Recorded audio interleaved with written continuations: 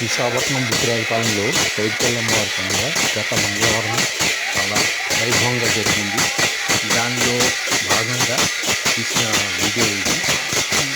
రాత్రి 9:18 గంటల వరకు ఎంతో వైభవపేతంగా అమ్మవారి దర్శనాలు జరిగాయి.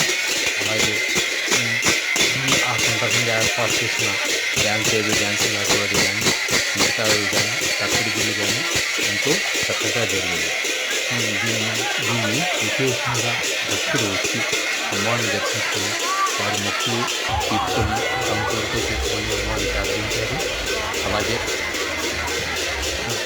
పోలీసు వారు కూడా ట్రాఫిక్ని డైవర్ట్ చేసి నియంత్రణ చేశారు. ఇంకా రకరకాలుగా అందరూ కూడా పాల్గొని అంటే వర్తకులు కానీ చిరు వ్యాపారులు కానీ రకరకాలు అలాగే